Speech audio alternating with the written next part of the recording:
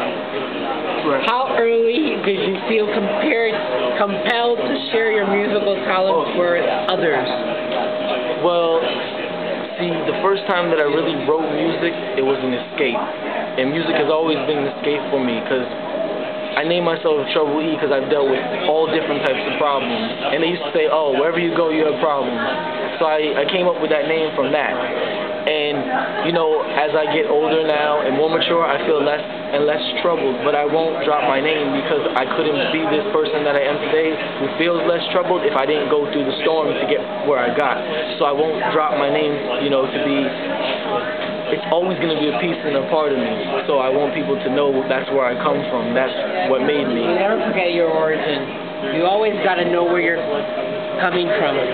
So heading back to me being compelled, I remember I would, you know, spit freestyle rhymes and things like that, and people would feel so good and happy, and I watched what I could do for another human being, able to cheer them up, able to give them advice, able to do all these different things, make people just feel inspired and things, and it feels so powerful to know that you are doing a good thing, and you do it in a creative way, and it makes you feel very empowering. And me, myself, it made me feel better at first, so I wasn't surprised when I saw I wrote music and it made other people feel better. And now all different types of people are gravitating to the music, so I'm really enjoying, you know, what I'm able to do with my words. And it's not really as far as I want to be the best. I don't care about being the best. I care about being Evan. Doing what I do best.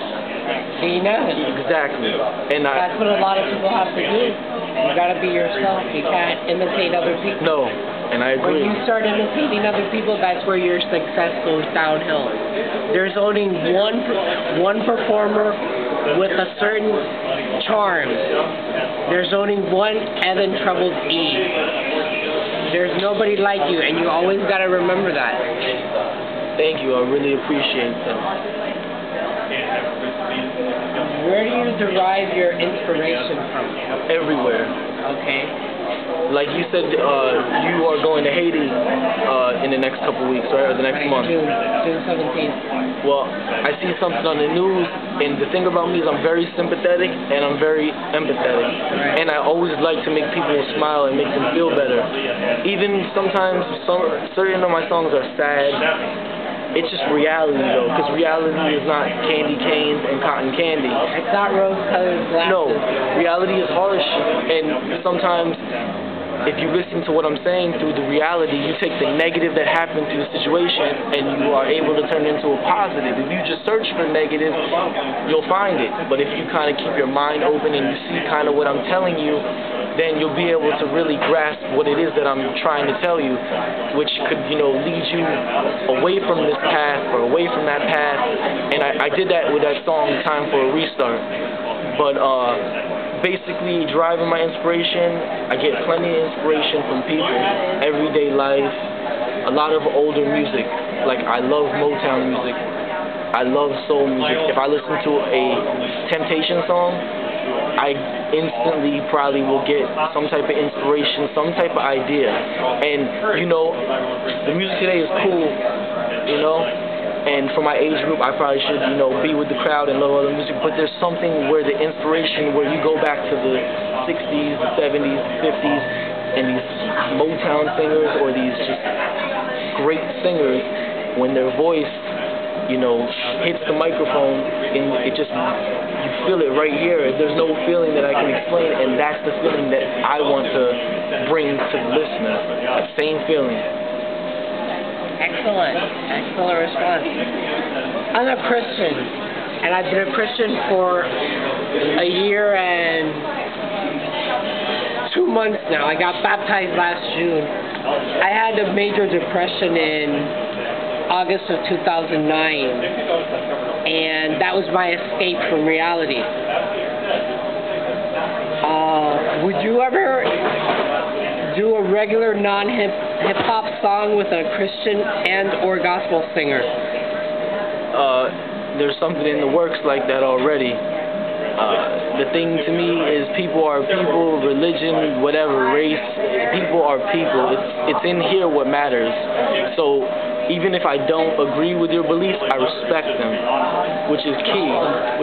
Because I have my own beliefs with faith and things like that, and I don't believe you can judge somebody based upon what they believe and what it is, because everyone's a human that makes mistakes and learns and grows, and their beliefs change depending on the experiences they have, because I'm sure they escape from the reality and everything, and I'm glad that this was a positive experience and religion was a way for you to overcome Christianity. Sorry, I apologize.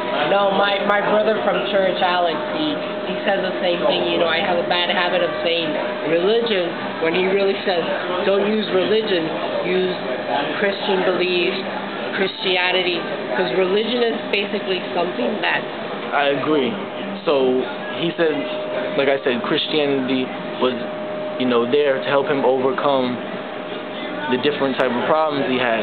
And music is a big thing for me, almost like a faith or a religion or something along the lines of Christianity for me that helps me overcome my problems. Because whenever I feel upset, even when I feel happy, I want to write it down and I want to share it with the world, because if I feel this happy, I can make them feel that happy.